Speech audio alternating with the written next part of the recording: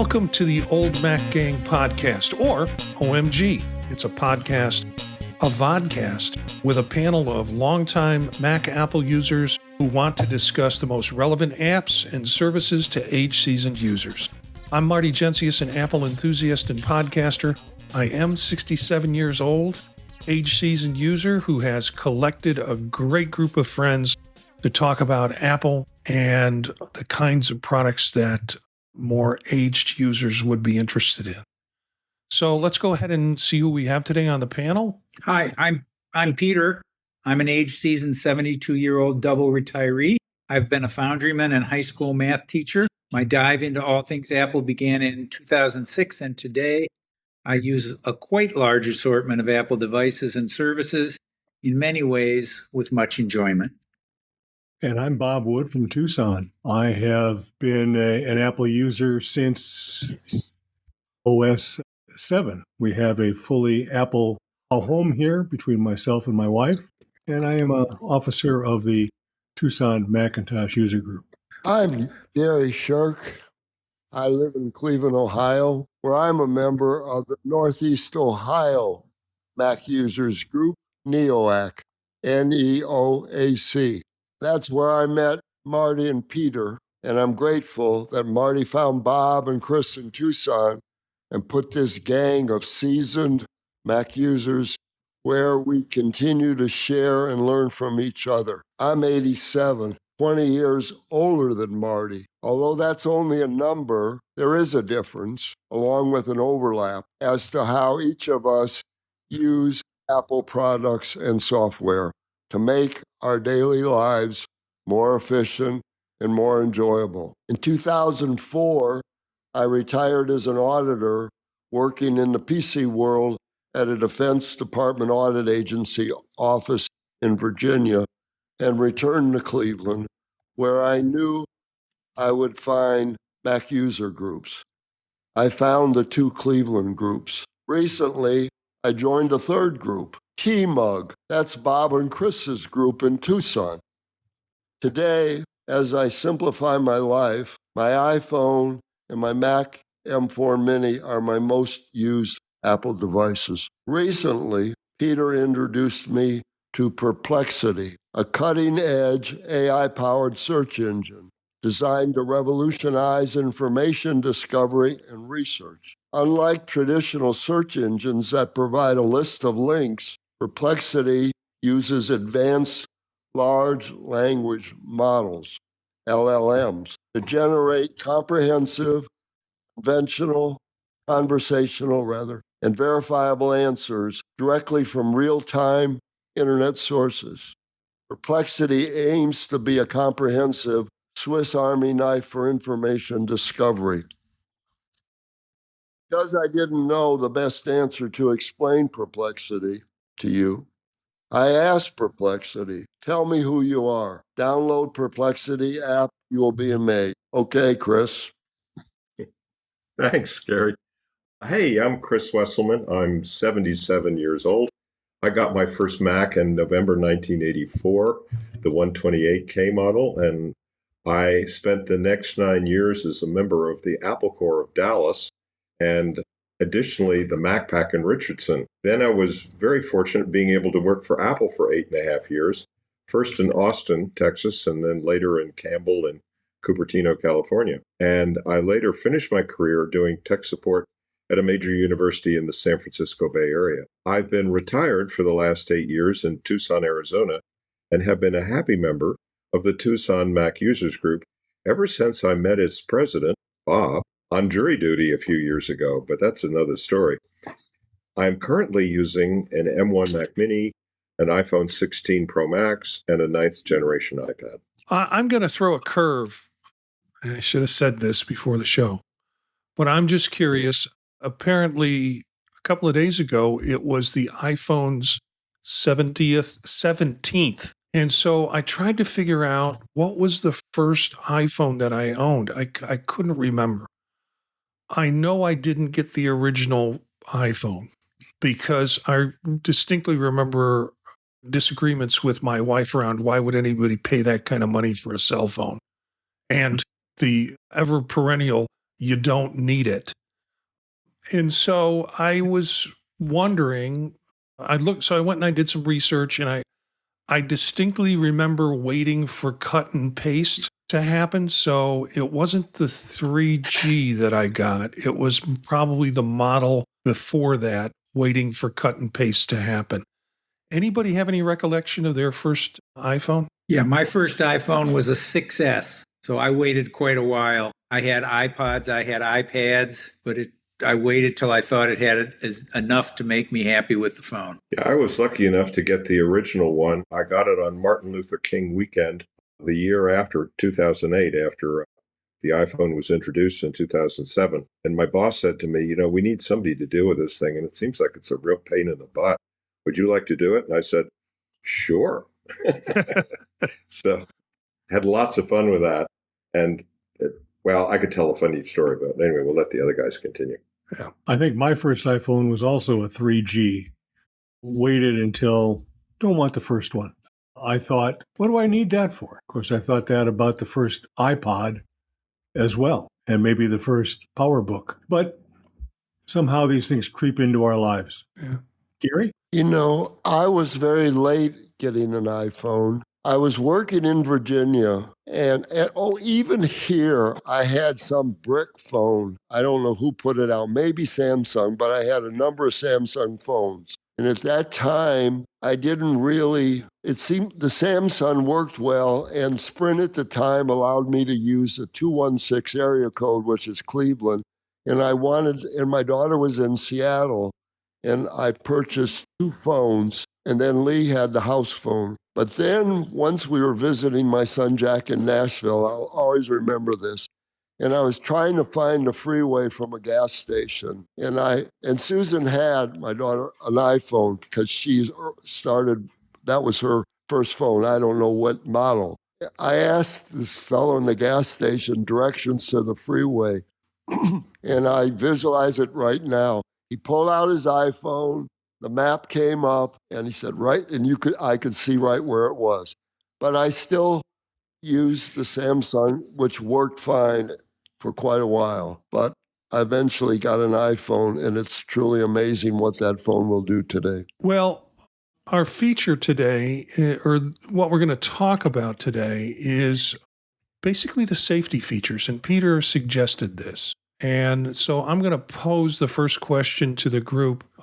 How aware are you of the safety features that are available? And do you know anyone who's used them? Peter? I have used safety features. So I have crashed on my bicycle twice, and both of them were minor scratch and bruises only quite a while ago, I think 6 and 7 years ago. And both triggered an emergency call, which is the basic safety feature of the group of safety features. And it gave me an opportunity to cancel the call before it connected, which, because it was a minor spill, I canceled it. But I was very happy that they happened. And secondhand, I know that many people use the safety features because when I was a teacher, I did CPR certification every 2 years. And when I talked to the EMTs who would retrain us every 2 years, I would ask them if they knew how to access it. And they were always proficient on accessing it through the watch, through the phone, and getting that medical ID information that tells about your medical conditions, allergies, medications, and all of that. I was always very pleased because I thought when I put all the information in, I thought, well, I'm putting this in, but does anybody know how to read it when it happens? So we're going to put on our show notes the basic page that has lots of links of all the safety features, but they're basically all variations of something is terribly wrong. You need to make an emergency call to someone to help you. Yeah, I'm for those watching the video, I'm scrolling through it now. When you shared this with me, Peter, and I looked at it, I didn't realize that there were that many things under this product, under this category, that the Apple iPhone can do and also the Apple Watch can do in terms of safety. I knew to hold down 2 buttons in order to get an emergency call, or press the side button on your Apple Watch The roadside assistance and satellite stuff I haven't done. Emergency call from a locked iPhone, thankfully I haven't had to do for myself or anybody else. The SOS via satellite is fascinating, but you're not going to find me out in the woods basically looking to get lost.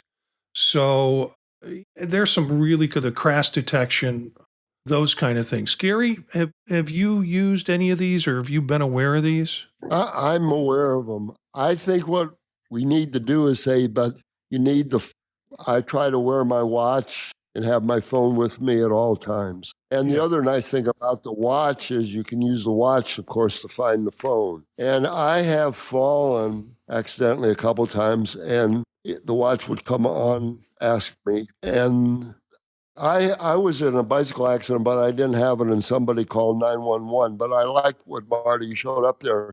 Just, hey, S lady, call 911. That's my go-to, is having the watch on my wrist all the time and having the phone available. Bob, you have some experience? I do have some experience. I was walking into a store from the parking lot, and I knew this store had those like wheelchair ramps from the parking lot up to their level that goes up 4 or 5 inches. Only I wasn't quite in the middle of that area. I was looking at my phone. I tripped and I went straight down, and I was okay. I had people come by, "Are you all right?" And I had the S lady on my phone saying, "Gee, it looks like you've fallen. Should I call 911?" And no, I'm okay. You don't have to call anybody. Another thing that I have used is Find My. Back in the days before Touch ID and Face ID was one Christmas. And my wife and I get up on Christmas morning, we open a few presents, and we're going to take a picture. And she can't find her phone. Gee, where is your phone? We went to her computer, which would tell us where her phone was. And her phone happened to be in the middle of the parking lot of the grocery store we were at the day before. Oh, well, we know where that is, but it's Christmas morning. Call the store, there's nobody there. Well, I know where we're going to go tomorrow morning. And we went there, and thank goodness some kind person turned it in, and it was there at the customer service desk. And we really realized that, gee, this is something that is really important, and it's our exterior brain and has all this information about us. We should lock it up better. And my wife was of the mind, oh, putting in that 4-digit code, it just takes too much time. I can't possibly do that. She felt bad about that at that point in time. And by New Year's Day, we had 2 new phones with Touch ID. So that helped us out as well. Chris. Yeah, well, I think we've all heard Tim Cook reading the letters he's gotten from people whose lives were virtually saved thanks to their Apple Watch. I triggered real early on actually did make the call, and the 911 folks, it took me 5 minutes to convince them I was really okay, and I just sort of slipped over backwards into an easy chair, and it wasn't that big a deal, but they just kept saying, "Are you sure? Are you sure?" And I was very impressed by that. I've used the health app, and I use that for all my medications, and it will spot conflicts, much like, there is another WebMD. app that does that. WebMD, thank you.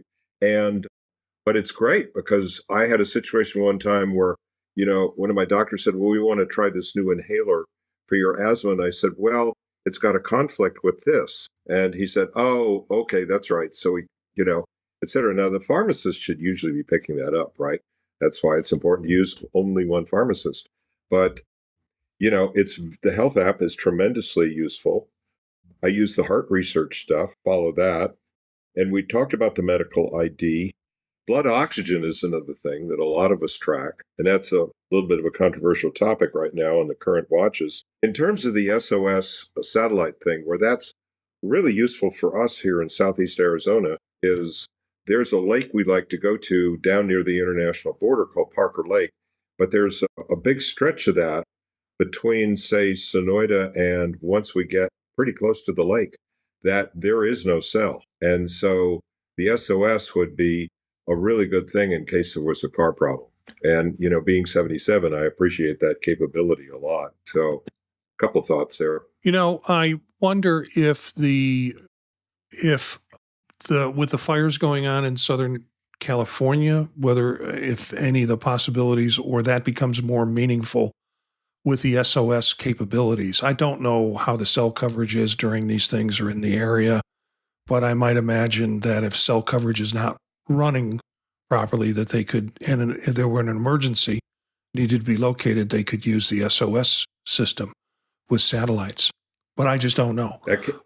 Yeah, fires can be a big problem for cell towers. Yeah. The old ones. Now, the new ones with the 5G, I'm not sure. So that dovetails back to what you were saying, because they're a lot shorter towers. So maybe that isn't as big a deal. Might be, though. I have not used the safety features.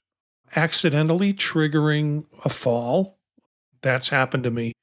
And I'll tell you, one of the things I'm afraid about is then you have to make decisions, and I feel like I'm under the gun to make decisions really quickly. So, one of those decisions is I need to, let them know that I'm okay.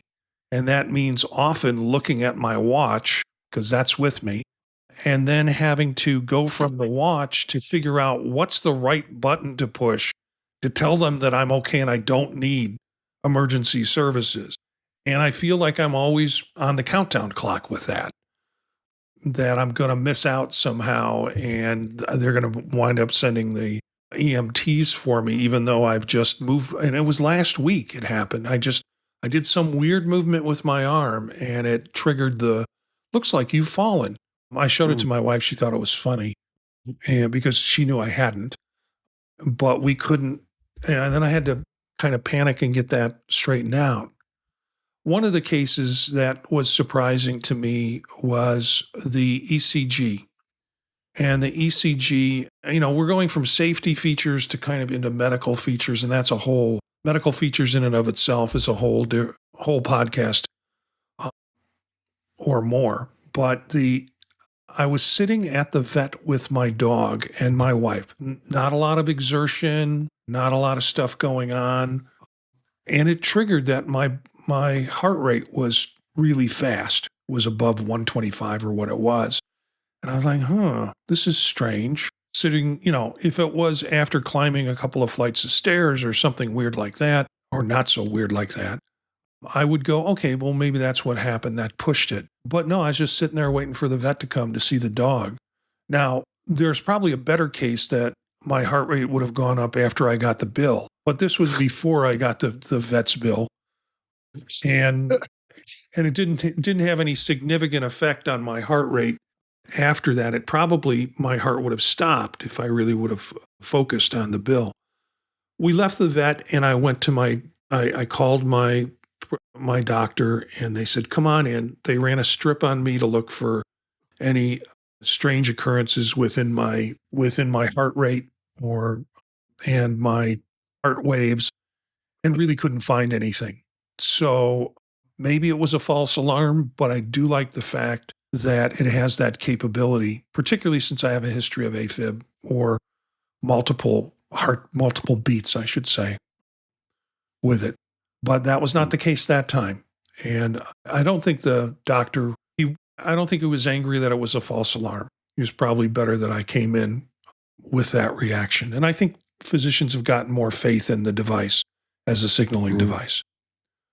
I don't know if there's more that you would like to say about safety. Peter, I see you nodding your head. Do you have some more? Yeah, there were a couple things, because you were talking about putting your code or your fingerprint. One of the things I discovered from reading this page is that you can take someone's phone and make an emergency phone call even if they're passed out there. So allowing friends to help you out is a great thing that they've adopted into safety features.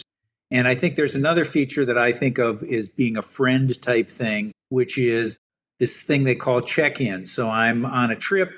I'm going to be home, sometime this evening.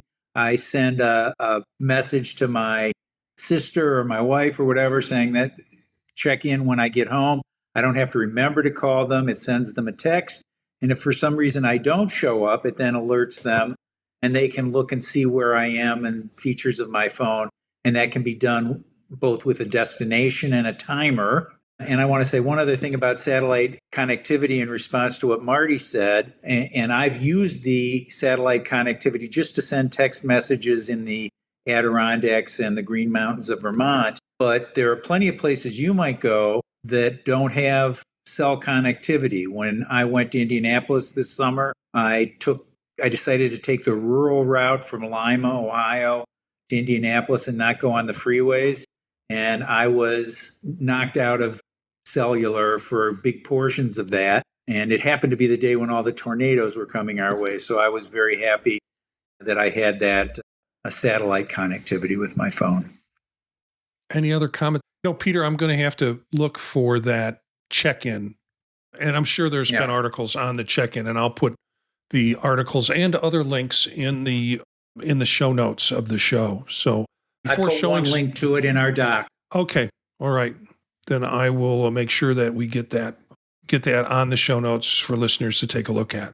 So yeah, I see it now in terms of that. So I'll make sure to get that in.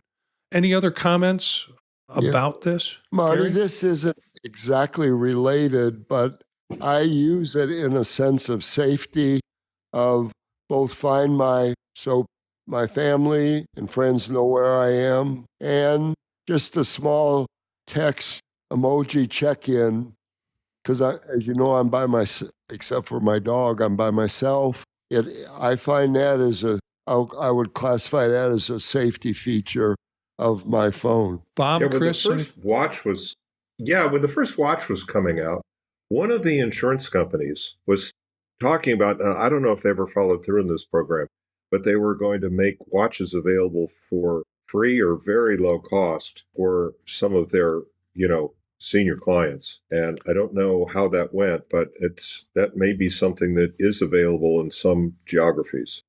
I don't know if it's still. I kind of remember that story. I don't know how the rollout on that worked, but I kind of remember hearing that story that they were going to make it as a more mass marketing, or they're going to make my it insurance available. program will contribute to a watch or buy one of the less expensive ones for you if you agree to do some exercise program for a certain number of months. So you buy it, you do the exercise program, they see the evidence, I think through the watch that you did it, and then you get reimbursed for your purchase. It's probably Apple Fitness Plus. Yeah. Something I should be doing, and I'm not. Yeah, don't get me started on Apple Fitness, but that is another topic. I just and we can do that as a topic. Whenever I turn it on, I'm looking for people like me, and I don't see people who look like me or look my age, and so it would be nice to see some more movement kinds of things from our age group. But we can talk about that as another topic at some point. Bob, do you have any final words on the safety features? Well, first of all, Marty, there is nobody that looks like you. You are a unique person. No, I'm shaped like a turnip. Come on. I think that one of the future possibilities is glucose detection through the watch. Oh, yeah. Without sticking your finger and getting a drop of blood. I think that's going to be a very important feature once they get it to work. And I am looking forward to them winning their case or settling their case on the blood oxygen thing. I have an iPhone 6 that is in dire need of a new battery or replacement, but I can't go out and buy an iPhone now because the blood oxygen sensor is turned off. And that is something that is very important to me and to my pulmonologist. You get that. Bob, you meant the watch, right? Not the phone. You have a Series 6 watch. Yeah. Correct. Yeah, I'm on the same boat. Yep. Yeah, sorry, Bob, go ahead. I was going to say, I'm looking forward to the blood glucose thing being done. Even if they partnered it with some of the devices that are on there, like I use a Libre, and there are other devices that check my blood. And so the signal's already there. Yeah, if they would work out some partnership to be able to to do that, just to use the already devices that we're sticking in our body or attaching to our body to help us with that information before they get into sort of a non-invasive way of doing blood glucose testing. I'd like to see blood pressure someday too. So it really monitored it full time, all the time, because it's really the highs and lows that matter, right? Just racing into my doctor's office and getting it jammed on my arm and pumping it up and finding it's high doesn't really tell me very much. I mean, it's just one moment in time. But anyway, and that's the one metric the doctor already always asked me. Now, have you been taking your blood pressure? No, I have to reach down, open up a drawer, pull the device out, put it up to my arm, make sure the batteries are active on it. All these, I have it, but I don't use it because of what I consider the inconvenience of using it.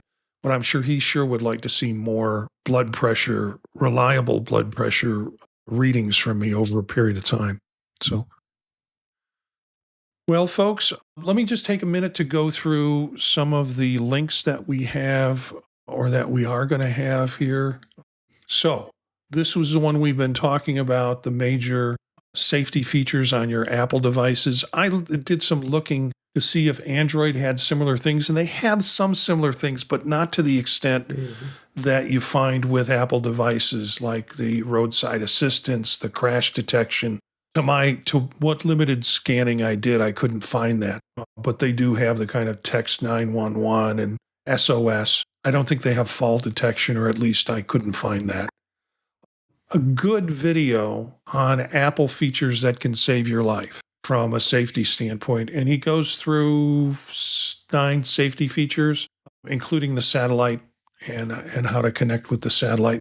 It's a combination of what iPhone can do and also what the Apple Watch can do. So it's kind of a mixed bag in there. And then another article here from How to Geek. This was just this August that it came out, and 7 iPhone safety features that you should start using, including check-in, which Peter mentioned, Find My, lockdown mode safety check, emergency SOS, medical ID, and crash detection. And then information on all of those and how to set those up. And then here is the Apple support article that Peter said that he just dropped into the document that will talk about using check-in for messages and the whole process of what's shared and how it's shared. So that's everything that we've got for tonight. Thank you guys again for joining us in the Old Mac Gang. So let's wrap it up for this episode. Our next live episode will be next Wednesday, January 22nd at 9 p.m. through YouTube, where you can watch this crew at youtube.com/@OldMacGang. You can always pick up the podcast and video later. If you missed the live show, please share us with your friends and your Mac user groups, and maybe your parents who aren't aware of the kinds of things that the devices can do for them. Our music bed is by Philip Gross, Marrakesh, courtesy of the Free Music Archive. More information about this podcast and others can be found at thepodtalk.net. So I have updated the information on this podcast and how to find us on YouTube, and also other podcasts that are involved in the podtalk.net. Thanks to our group, Gary, Chris, Peter, and Bob, and thank you for being part of the Old Mac Gang. See you next time.